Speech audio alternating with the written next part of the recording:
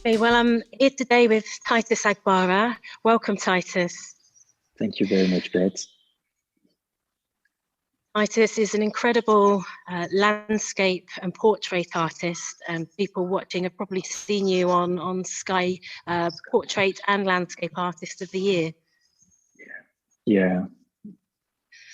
That's where I first saw your paintings and was just really bowled over by the realism. They look like photographs.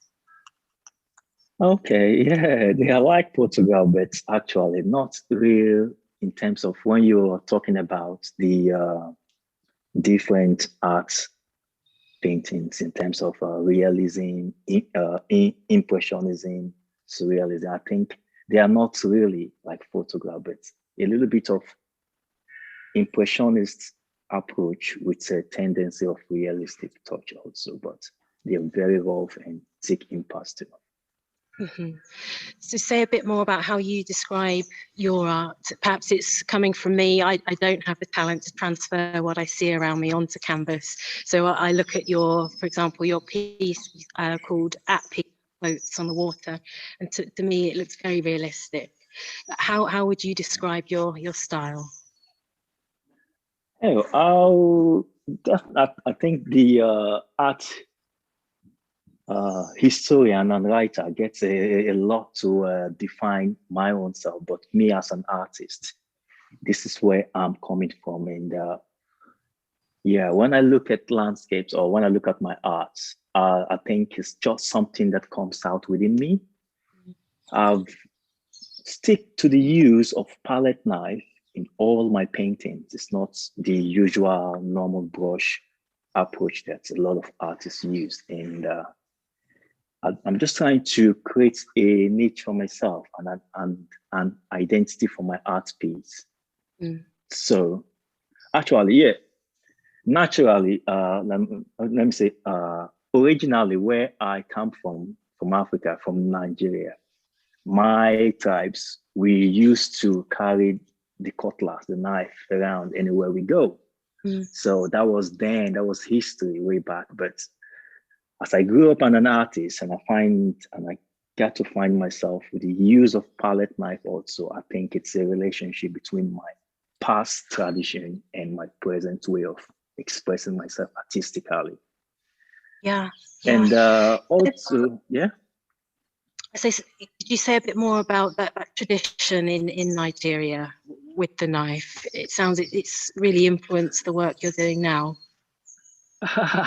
What I'm saying is it's just naturally influenced the work because back home my people, they used to say Isoko Tolopia. That's where I'm from. It's from the place it's called Isoko. It's from the southern part of Nigeria, the Delta region. So naturally, there's this anywhere we go, we do have the knife about around us for protective reason or for defensive reason anyway. So that was then way back, but you can't carry knives around now. But actually, as I grew up as an artist, then I fell in love with the use of knife. I think there is a relationship within my past and my presence as an artist. That's what I'm trying to say. Yeah. Yeah, I can see that sort of ancestral cultural heritage sort of within you. Cultural heritage. Instead of carrying it about for defensive or for protective reason, I just implies it to my art and I try to create it as an artistic reason and I try to use it for artistic values that people will appreciate it. So yes, yeah. Well, let's show people some of these wonderful pieces that we're speaking about. Is there one you'd like us to show first? Whichever one. Let's start with nature, as it says, because the background behind you, I think I love it so much. The woodlands yes, and yeah, very nice place to be for painting. This is a beautiful deciduous woodland in Croydon, South London. It's a semi-ancient woodland, and it is stunning. I probably hear it's full of bird song at the moment. Yeah. Okay. Yeah, when I was in London, So, when I used to live in London, yeah, that's when I painted. When I did the one you said we would love to talk about also, which is the Lee Valley. I think it has a similar representation of the background you are, because if you go yeah, along, if you walk along the Lee Valley way, you'd see a canal, a canal that goes through it, and the other side of it. On both sides, you see people living naturally on the sea, on the canal there, by the side of the canal with their boats. And it's a vast land where I yes, painted, and it's an open scapes that define define the feel of nature. It was an outdoor painting. I went on a very good day and decided to go out for painting. And I said, okay, let's go walk along the Lee Valley Way and see how we could relate ourselves to the environment and see where we could capture for our art. So it's me and one of my other artists when we usually go out for outdoor painting. So as we walk along the Lee Valley Way until we decided to settle for this scenario, I think, yeah, I mean, that's obviously, it's a how it very comes about. beautiful setting. What is it in particular about a natural scene that really captures you and inspires you to want to paint it?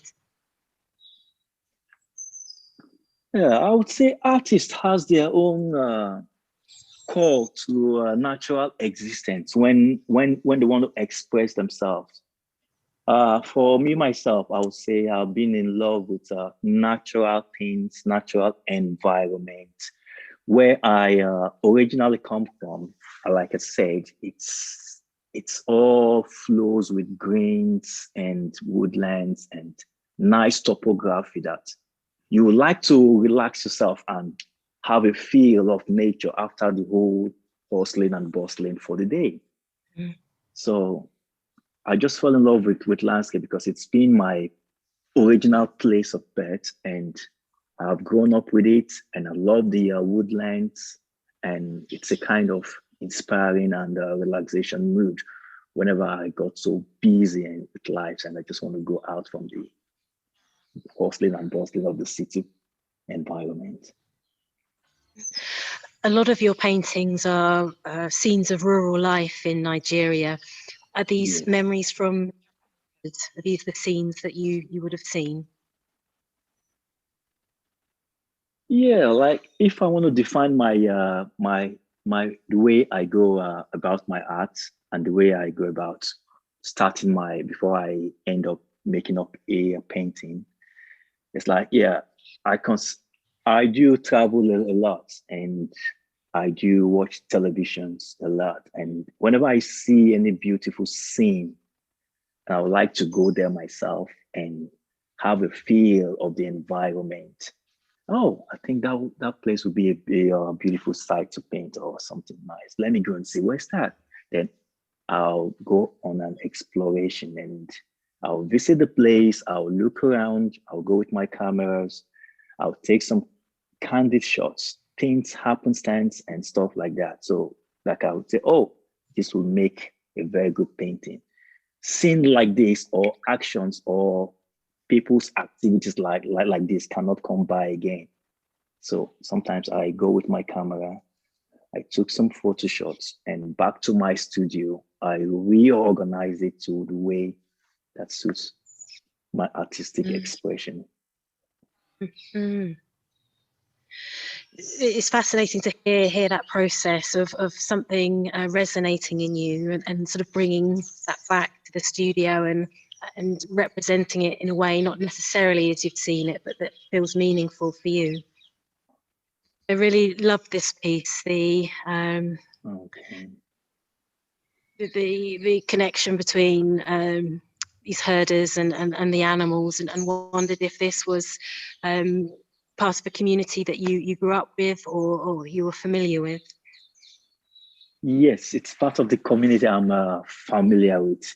If you if you are used to my works, you see different landscapes, different topography, different environment, and different setting. Because those are places I've visited myself and I've seen, and I've tried to represent wherever I go, wherever I've been, how to document it myself and spread it around, and try to make it something that people would love to see also.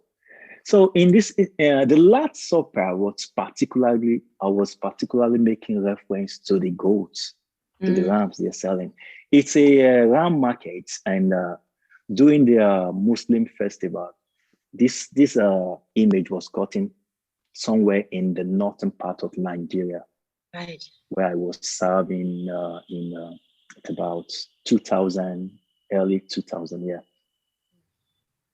So on a Ramadan, on a Muslim fasting period, when they have their long fasting and they want to break the fast, they do buy lambs and their goats. That's when these people comes out with their goats and their ram to sell to people that wants to use it for after their fasting, after the Muslim fasting.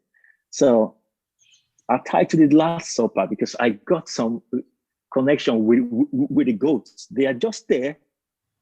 They don't know what's happening. And whatever they're doing at that particular time, it's the last moment for them because they're going to end up in someone's recipe or delicacy or whatever. So that's what I tied to the Last Supper. It's my relationship with the animals itself, how I felt and how it's like they're just there, and definitely they'll end up in someone's pots, someone's cooking kitchen or whatever. So they're just having their Last Supper before they leave the scene. Yeah, unaware of the fate that's awaiting them. They don't know, unaware at all. Yeah. What was your approach to painting this scene? Yeah, like I said, I've been a fan of the rural setting, and whenever you see me painting landscapes, I mean cityscapes or something, I think something have prompted me going down there or doing some certain things that are related to my moods over there. So this scene, I haven't painted an animal scene because the environment itself, they are very cautious about their animals, especially when it comes to cow, and they love their cow. They rear cow. They are cattle rearers in natural discipline or everyday work life. So I lived there for about a year and a half, and I decided to create something that would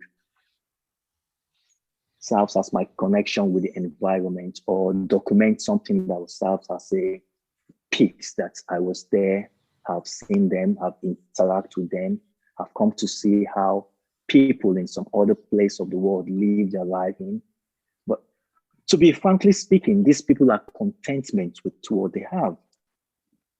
That's one thing they have. They're not into what's going on in the modern world society, like in the modern technological development or advancement.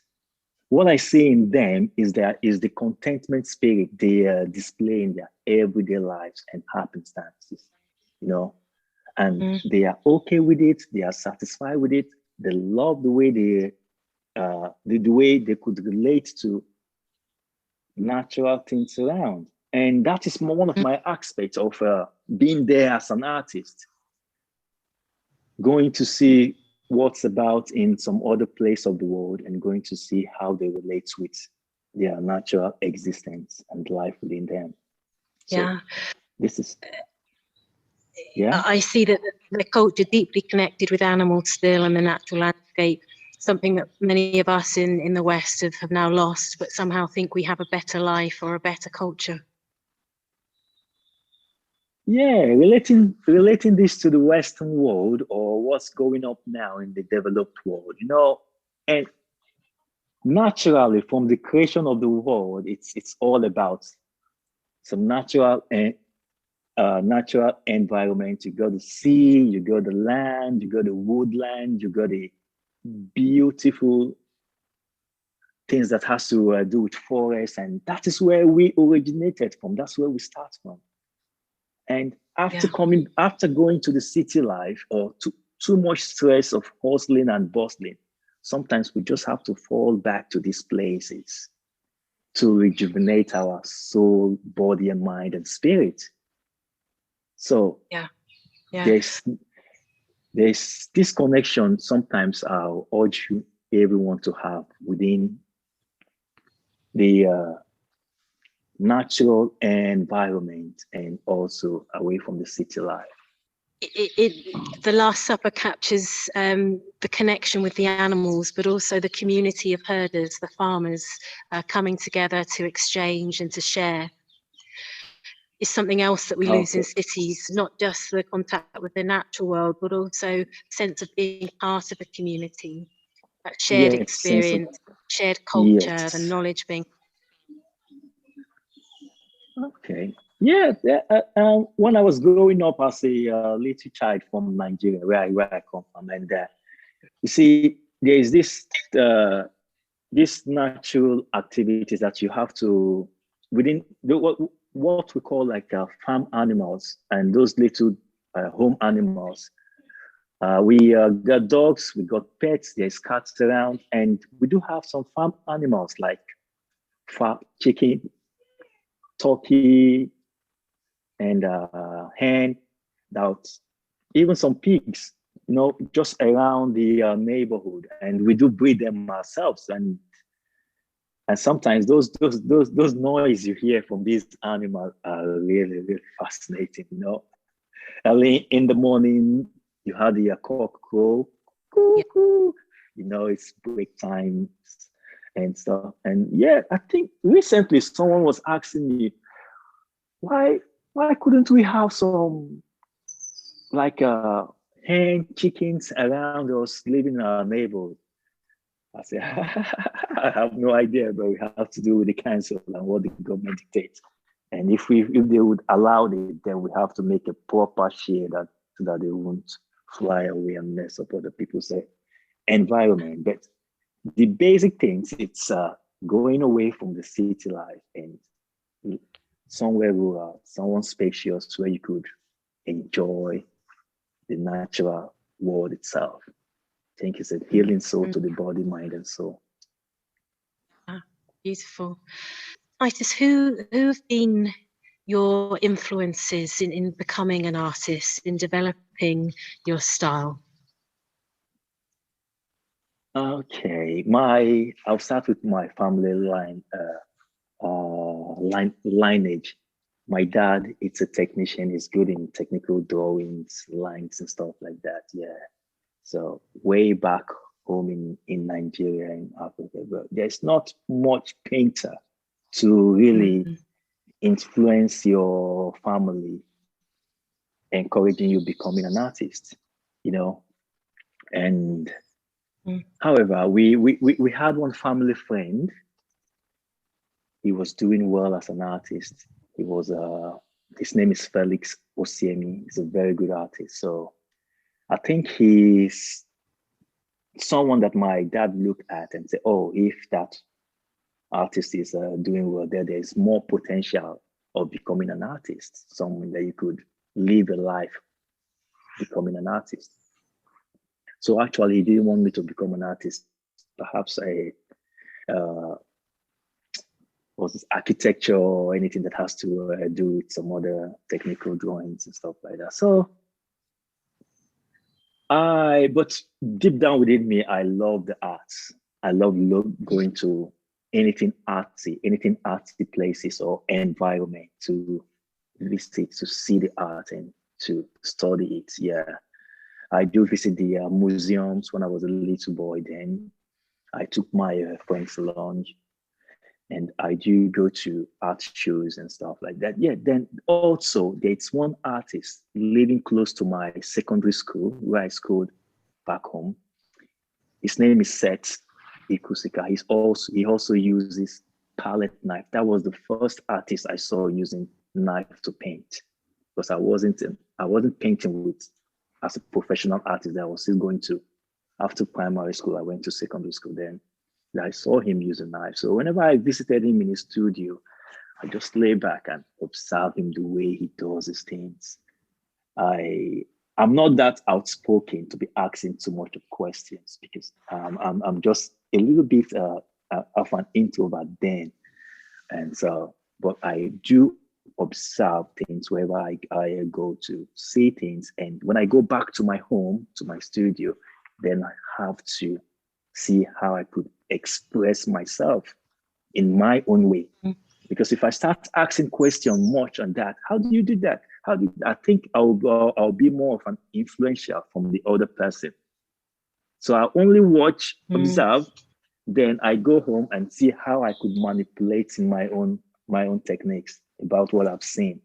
Then that's how I come about using the knife and the way I could represent and express myself with it in terms of the way I lay my own colors with it. So that makes me an outstanding artist then when I was growing up as an artist in Nigeria. So these are the people that influence me generally. And I love painting of Monet in terms of its color usage and impressionist. I love reading about Monet so much. And that's another massive influential factors to my art and contributes a lot in terms of my color usage and application. I'm wondering if I can see that influence in one of your pieces. I've forgotten its name, but there are sort of hidden figures within a landscape. Yeah. All right. I titled what is this piece? Sorry, I've forgotten its name. Yeah, I titled it Family and Beyond. Yeah, it's a stage. There is this in life. I think there are stages, and when you move from being a child to a teenage, from being a teenage to an adult, and from adult to explode. What I mean is that life changes. It's very, very dynamic, and it changes. It's about how it influences you and how you want to express yourself. Once I was a child, then I am now grew up to become an adult, and I put away all childish behavior and I try to think about what will my life be as an adult, and what am I going to do with my art as an artist. So many thoughts go around in me that makes me create a piece like this, and how in terms of my relationship to the environment, my relationship to people, the way I'm going to live my life, what are my expectations and what are my dreams like. They are all surrealistically rendered in this painting. It all started from the cloud itself. If you observe the cloud, you could see there are some little babies playing on there. And there is a handle that is holding a baby, like a newborn baby, presenting it to the world. That is, there was a time in my life I was thinking, oh, it's time, man, you have to get married. Then you have to raise up a family. You have to do this one. You have to do that one. What am I doing that I'm not trying to meet up with all these expectations that's going on within me? That is one of the reasons I created this piece itself. And my connection with the environment, with the landscape, with nature, I think it's more relaxing. And whenever I spent so much time in the studio, I need to go out. I need to relax, my body and soul. Then I have to. Sometimes I go out to the woodlands. Sometimes I visited. Just go out and see what's happening. So they are all incorporated in this space. You see the first man, the first foliage on the left-hand side. It's an image of something related to this sculptural piece done by is it Rodney or Rodin? It's called the Tinker. Yes. The Tinker. Yeah, that's where the whole idea started from. And you have to think becoming an adult, a man, then in between, in the middle of the painting, it has to do with family, a man, a wife, and the kids. Mm-hmm. Yeah, that's all how it all goes by. And after the man, the wife, and the kids, in the middle, then that was how my thoughts get to involve from being from my teenage, being an adult, and then raising up a family. Then how do I raise a family? I have to marry a wife. I have to seek for someone to live with. And towards the right hand side, it's a couple, engaged couple. Yeah, if you could figure it from the foliage, from the greens and the reds. The reds, I think, is more of the female, and towards the other side is the male, the man. And having gotten that to that extent in life, then at the fore, at the foreground of the painting, that's where life begins. Like naturally, say life begins at 40 after all the stuff. And that's the signification of the brilliant pink roses that you could find in the landscapes. And after that, you could see some reds, purple, and some oranges there. It's that flows towards the right hand side, and that signifies it has to do with material acquisition when life is sweet. And there's an image of an house there, but it's hardly seen, and also a car. That signifies, yeah, life. But generally, it has to do with what is the essence of our life on earth. It's naturally we are just passing through. You're here to live your life, and what's the purpose for living? Is to observe, to learn, and basically to love generally. And after all your lifestyle on earth, what do? We return back home, our natural home. Yeah. Wherever it is, no one knows, but we're looking up for it. That's just the essence. That's what the painting is about in a way. I sense that your life is situated in the natural world, that you've depicted this journey of your thoughts, of the connections that you hope for, being centered in nature and represented by nature. Yeah, definitely. It's beautiful. And again, you've done this with a palette knife. Looking at your roses, just finding it really hard to comprehend how you get that kind of detail and realism using a knife. I think it's extraordinary. Yeah, that's why that's why I just want to go an extra mile in expressing myself, so that I'll have that kind of niche for my artwork. People will see it and just relate to it. Oh, when we see this work, this is Titus work. It's not that flat, or I love texture when you could feel those foliage, flowers, and with colors, and in pastel painting. That I love it so much. And it's all done with a knife in a way, because in my journey as an artist, I get to know, and I see that a lot of artists use palette knife, use our painting brushes. And if I tend to use the painting brush, I'll tend to paint like some other artist or someone like. So that's why I decided to break up, use the knife, and create an impasto on my work. So that flat nature won't be there. You got the feeling of as if you're touching those leaves and images. It has the texture as well as look. Yeah. One of my favourites of your painting is Visitors. This beautiful, are they your feet sort of stood at the edge of the waves with water lapping over your toes?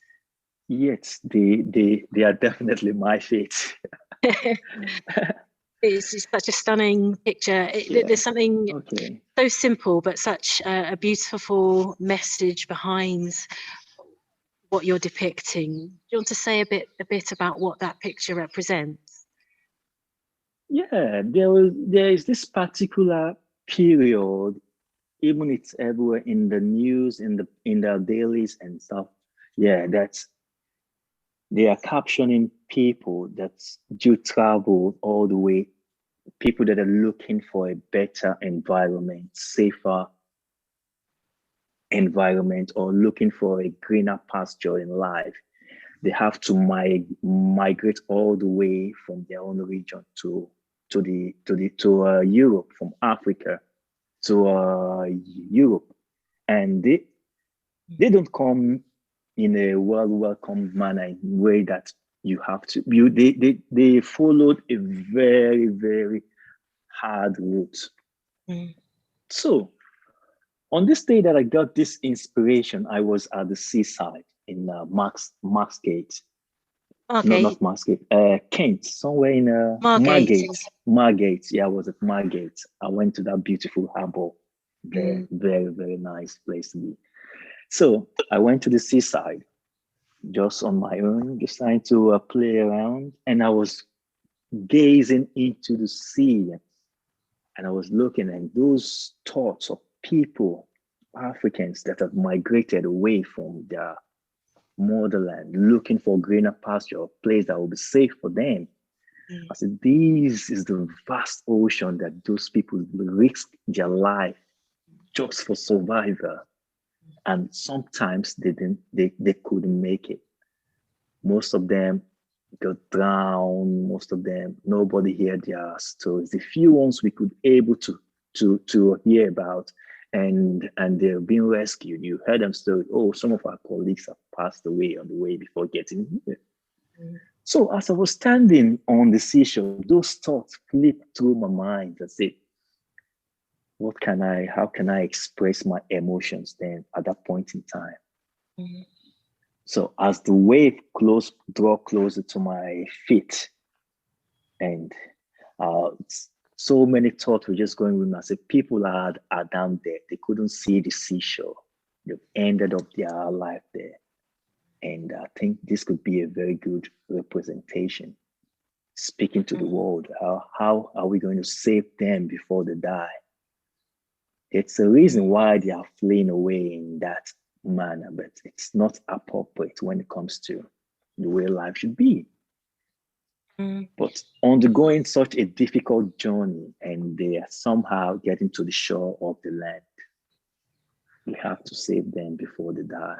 Mm. That's why I titled that piece with the faith. Mm. Mm. So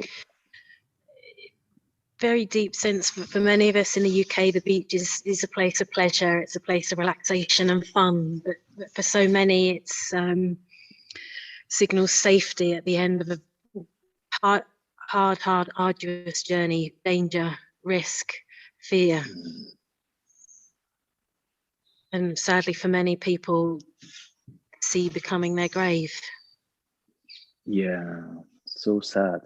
I felt for those people coming to migrating to such difficult routes anyway. But it's for a reason, and they want to see they just got that belief that they could make it, but unfortunately they couldn't. Yeah. So sad. Mm.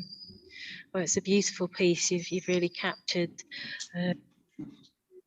something that really honours their journey with its beauty and the simplicity of that connection of feet on the ground. Okay. Well, it's all right. Hope the noise of his pad is not That's affecting the tape. Okay. say hi. Hi. Is it your son? Hello, Jaden. Come and say hi to Beth. Yeah. Hi. Come to the camera. Come on. Hi. Hi. How are you? What are you doing? How are you? I'm fine. Hi. Great. He's Talking to your a shy dad boy. okay. Does he paint too? No, but my other girl, that one has been troubling me. Why I want to paint that. Whenever I'm painting, she wants to paint with me. So there's that's also in this most of my painting. She has also her touches on it. It's hidden touch. I'll allow her to mingle, to play with some colors on it. Then after which I'll definitely finish it off. So it's been a kind of a collaboration between me and she, but I cover up with the paintings later on. Fantastic. It is such Yeah. beautiful, relaxing thing to do with family, to be able to enjoy that eye looking at nature and the natural world and enjoy playing with it. Titus, how do you like to enjoy time in nature when you're not working on a piece? Or when I'm not working on a piece. Yeah. My time with nature, it's has to do with before a piece is done. Yeah, like I said, I usually go out to scout for my subject, what subject I want to paint. And if I ended up in natural environment, stuff like that, yeah, that's when I get to relate with the environment and see how I could represent it in my art. So, like I said, the process of my art is not just, it has to do with conceiving my subject, and after which I have to go out and scout for what I see, what I really want to represent. And if I get to see it, that's so in relating it to your question, that's when I relate to the environment a lot. Yeah. Not just okay, just go there, just pass through. I'll be there and I have to look, not just seeing things around. I have to look, observe, and get some things into me. Yeah. Yeah. So I can hear how big. In the process of spending time with whatever I want to do or whatever subject I just want to paint, I have that relationship with it, and yeah, there's this relationship with the artist and his subject before representing it on the canvas. That's how my painting is. So whichever work you've seen, I will stare myself, have a relationship, and I capture that particular mood I want to express and the way I could pass my message to others. Yeah, yeah, that's beautiful. And when you're not painting, when you're not working on a piece, perhaps with your family, what do you like to do in nature? Do you spend time together in woodlands or natural settings? Yeah, like my kids, they love going out a lot. So we love going out together. And whenever we go out to the park, exactly to the park where there's lots of trees, that's where we spend most of our time with kids. A lot playing there, yeah. But for now, due to the pandemic and everything, I think that's shortcomings. We do go out for a walk, not spending time in the park and really have those woodlands and stuff like that anymore. But however, I think there's this relationship that I get to pass on to my kids, the love for getting involved with the natural world, not just staying at home or doing some other things. They have to be part of that natural existence where it all begins, how the world is. Yeah. So they have that natural feeling to also go out. Also, Daddy, when are we going to the park?